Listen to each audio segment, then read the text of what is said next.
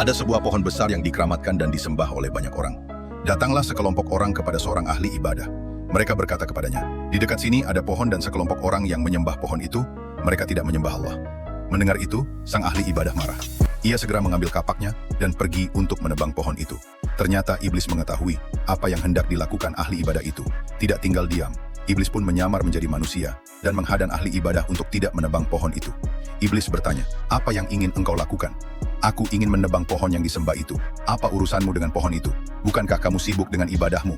Kenapa kamu meninggalkan ibadahmu untuk mengurus hal ini? Ini juga bagian dari ibadahku. Kalau begitu, aku tidak akan membiarkan engkau menebangnya." Iblis langsung menyerang sang ahli ibadah. Tapi ahli ibadah itu dengan mudah mengalahkan iblis, membantingnya, dan duduk di atas dadanya. Iblis berkata, "Lepaskan aku ingin bicara denganmu." Sang ahli ibadah pun berdiri dan mendengarkannya. "Allah tidak mewajibkan ini kepada kamu. Kamu tidak akan berdosa karena membiarkan pohon itu. Allah punya nabi-nabi yang bisa mengurus urusan seperti ini. Kalau Allah mau, Dia bisa memerintahkan mereka untuk menebang pohon itu. Aku tetap harus menebangnya." Iblis menyerangnya lagi, tapi untuk kedua kalinya, sang ahli ibadah berhasil mengalahkannya.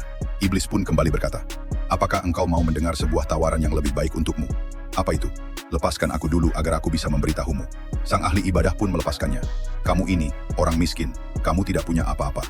Kamu juga jadi beban bagi orang lain. Bagaimana kalau kamu pulang saja? Setiap malam, aku akan meletakkan 2 dinar di bawah kepalamu. Kamu bisa memakainya untuk dirimu, dan bisa juga kamu gunakan untuk bersedekah kepada teman-temanmu. Ini lebih baik untukmu dan untuk orang lain, daripada kamu menebang pohon itu.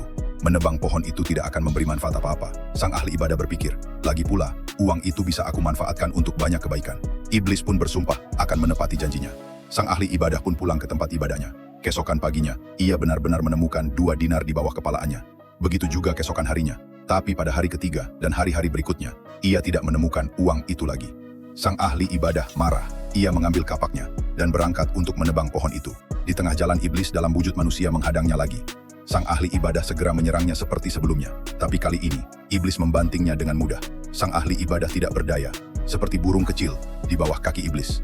Iblis duduk di atas dadanya dan berkata, "Engkau melakukannya karena Allah, sehingga waktu itu aku tidak bisa berbuat apa-apa untuk menyakitimu.